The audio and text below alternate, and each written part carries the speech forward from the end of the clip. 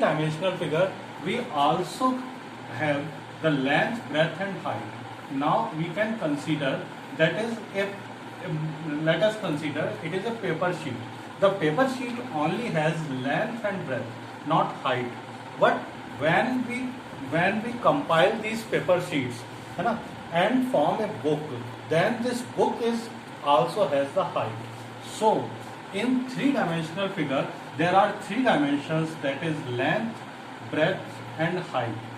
And in two-dimensional figure, we find out only area and perimeter. That is, area means the space it occupied. You know, it is known as the area, and perimeter is the length of the boundary of any type of two-dimensional figure. But when we consider about the three-dimensional figure, that is, instead of area, it has the volume. Volume is the three-dimensional figure occupies the space, the total space is known as the volume, and the surface area is this, means the all the surfaces, area of the all surfaces of the three-dimensional figure is totally known as the surface area. Firstly, there are three-dimensional figures like cube which has equal length, breadth and height, cube, as well as cuboid, means only two or all three or more, not all three, or maximum two things are same, length and breadth and height, but all threes are not same in cuboid. As well as the we also consider the three-dimensional figure as the sphere, like the ball, etc. And the cylinder is also considered as the three-dimensional figure. Firstly, we are going to find out the surface area as well as the volume of the cube. Everybody knows the cube has three things: length, breadth and height, and all three things are same. That is, you may say A. A is the length, A is the breadth and A is the height. This is the cube. Every cube and every cuboid has 6 faces.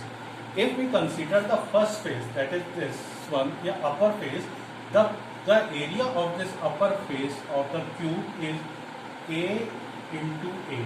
That is, this area of the upper face of the cube is A square. Such, there are 6 faces, 1, 2, 3, 4, 5 and 6. The 3 other faces which are not seen in the figure, so there are total 6 faces. So the total surface area of the cube will be 6 into A square. A square is the area of single figure, and area of the all 6 faces is same. That's why we are multiplying the area of one face into 6. That is, the total surface area of the cube will be 6A square. Okay. Now, what about the volume? For the volume, if we are considering about, let us consider, means this is a sheet of paper, and this paper sheet has the area A into A.